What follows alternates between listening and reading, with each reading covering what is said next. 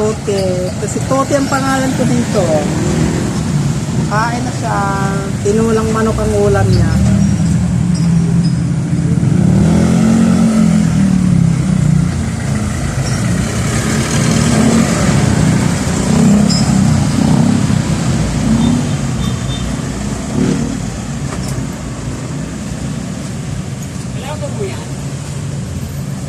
Estredo.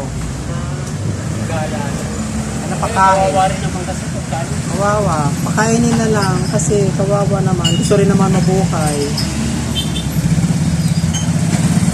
Sige. Marami sila dito dumadaan kumakain.